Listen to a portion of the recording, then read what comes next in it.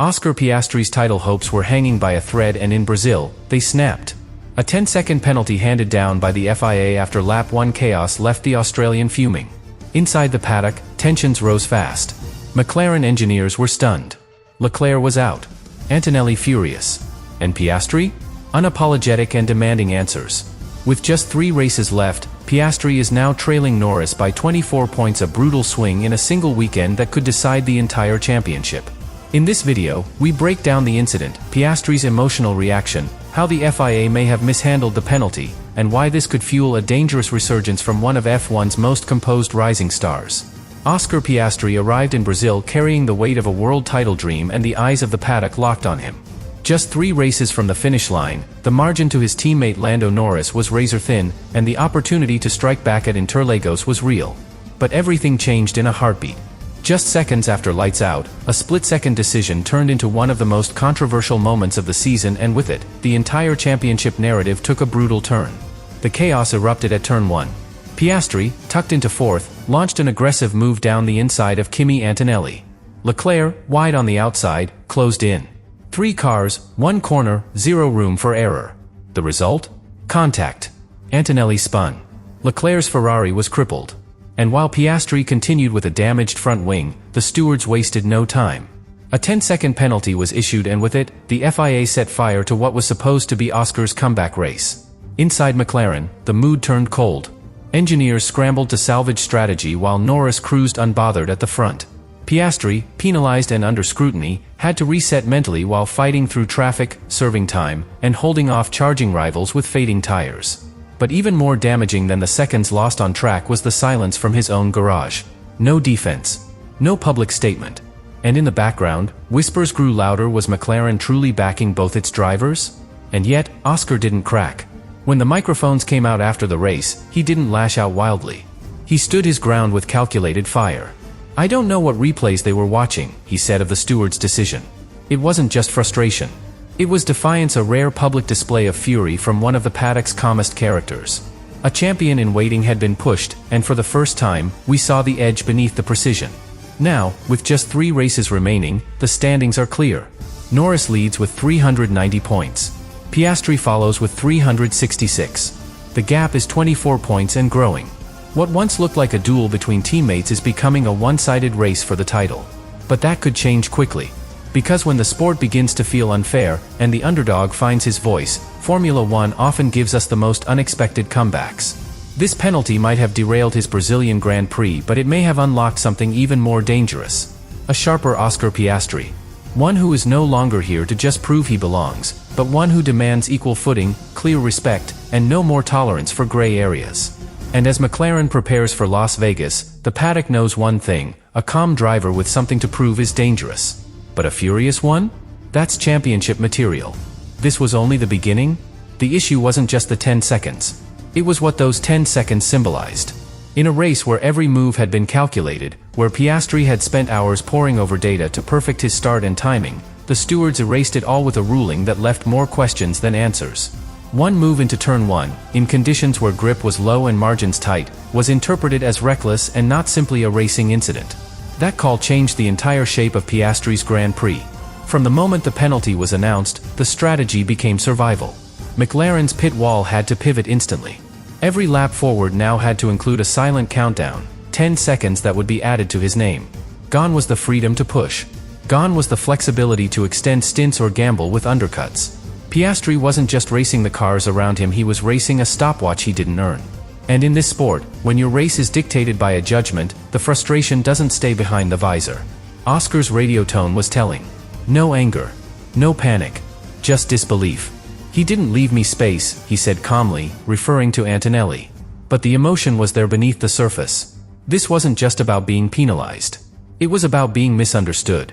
About being judged by a group of stewards who, in his view, saw the corner, but not the context.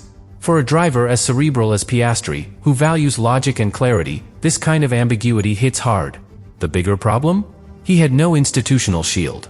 No team protest. No public questioning of the call. While fans erupted online and former drivers debated the decision on international broadcasts, McLaren maintained silence. And that silence was loud. In a title fight as tense and internal as this one, neutrality feels like betrayal. Piastri may never say it, but the absence of support in moments like Brazil weighs heavily.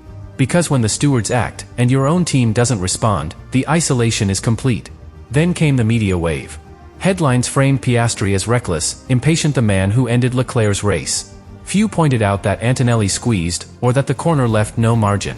Fewer still remembered that on similar moves, other drivers have escaped without sanction. The consistency in stewarding wasn't just questionable, it felt non-existent.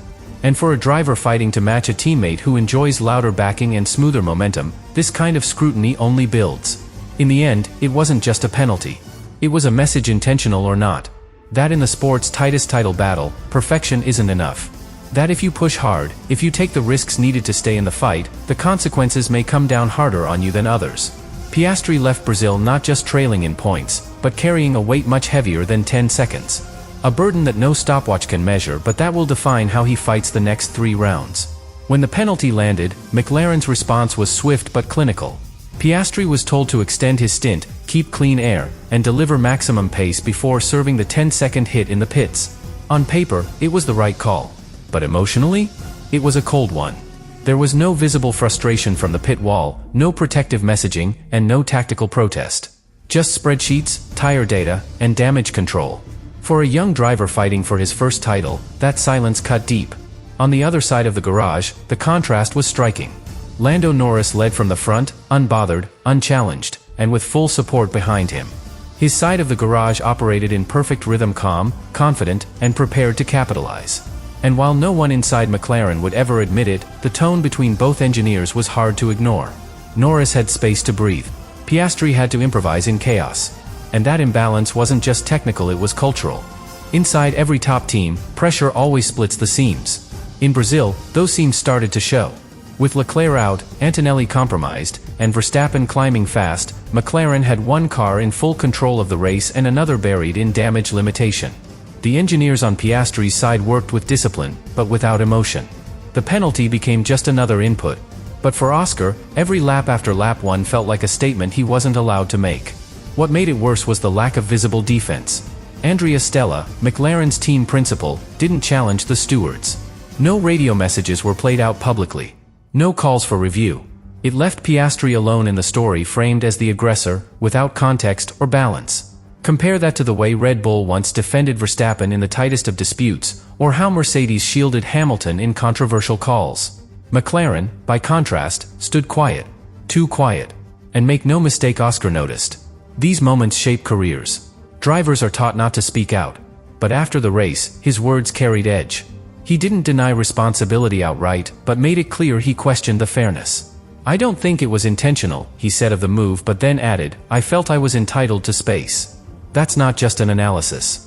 That's a message to both the FIA and his own garage. I know what I did and I know how it's being treated. This is the moment where McLaren must make a choice. They built a car capable of fighting for the title. They hired a driver with the brain and bravery to win it. But supporting 2 champions is a delicate balance. Brazil proved that racecraft is only half the battle. The other half? Trust. If Oscar Piastri is going to win this championship now or in the future, McLaren will need to show they're not just watching the data. They're watching the driver. This wasn't the Piastri we met in Bahrain. It wasn't even the one who dominated in Singapore. What we saw in Brazil was the evolution of a title contender under fire. Stripped of strategy, penalized in the first lap, forced to claw his way back from P8 to P5, Oscar didn't just drive, he fought. But more than that, he refused to break publicly. He delivered his message with precision, calm, and a tone sharp enough to cut through the noise. And the paddock noticed. The media, usually reserved in their praise, began to shift. Former champions like Jenson Button and Damon Hill commented on how composed Piastri remained under pressure.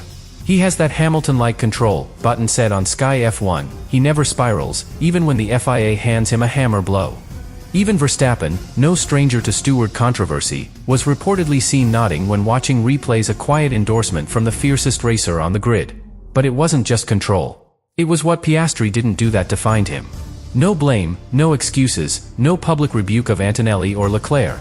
He didn't spiral into conspiracies or demand that McLaren reshuffle priorities.